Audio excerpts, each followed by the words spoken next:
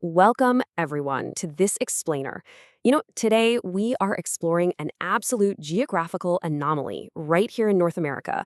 We're talking about a place that totally defies expectations, a place where centuries-old architecture meets this vast, untamed wilderness.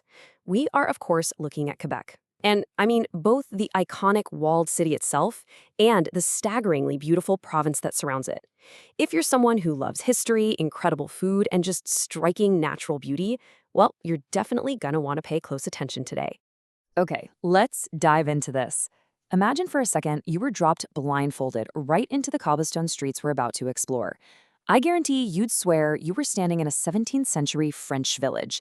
You'd hear French being spoken all around you, you'd smell fresh pastries wafting through the air, and you'd look up to see towering castles. But here's the kicker. You wouldn't be in Europe at all. You'd be in Canada.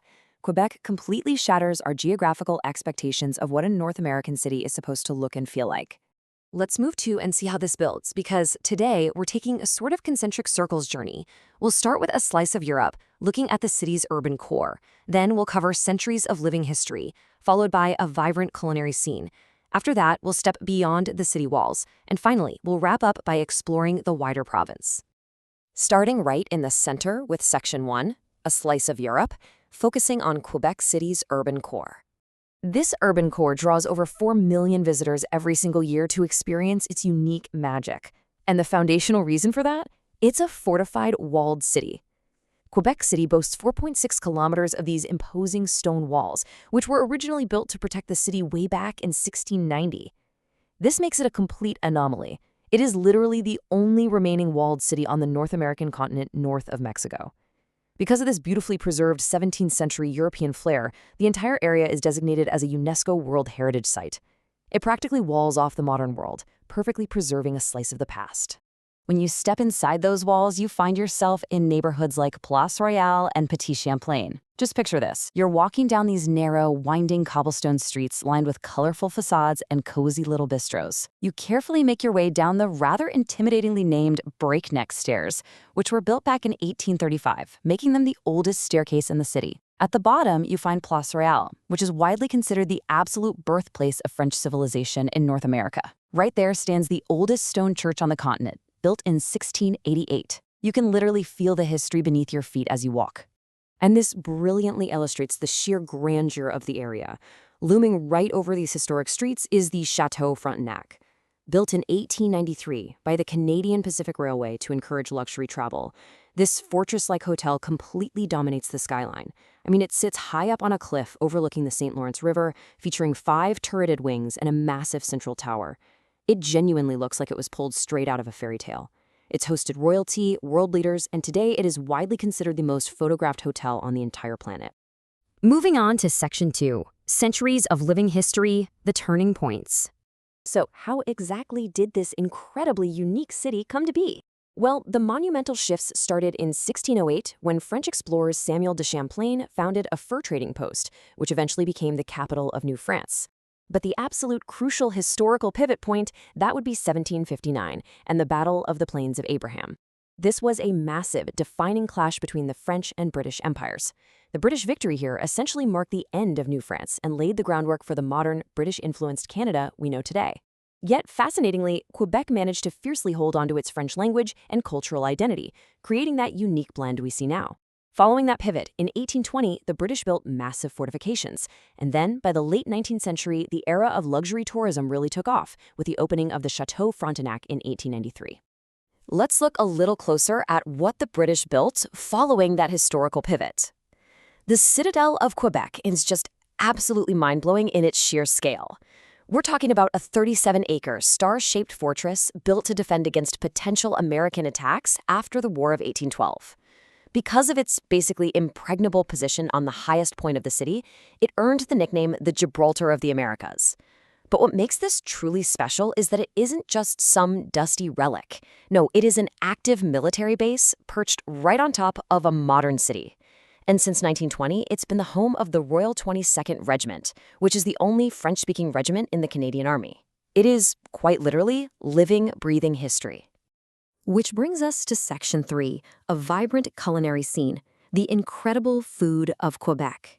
Now, what's really interesting about this is that Quebec isn't just about military history and old stones. It's a vibrant, modern culture that you experience with literally all of your senses, starting, of course, with the spectacular food. First up, poutine. Born in rural Quebec in the 1950s, the absolute secret here is the fresh cheese curds. If they don't squeak against your teeth when you bite into them, it's not authentic. Then you have the maple treats.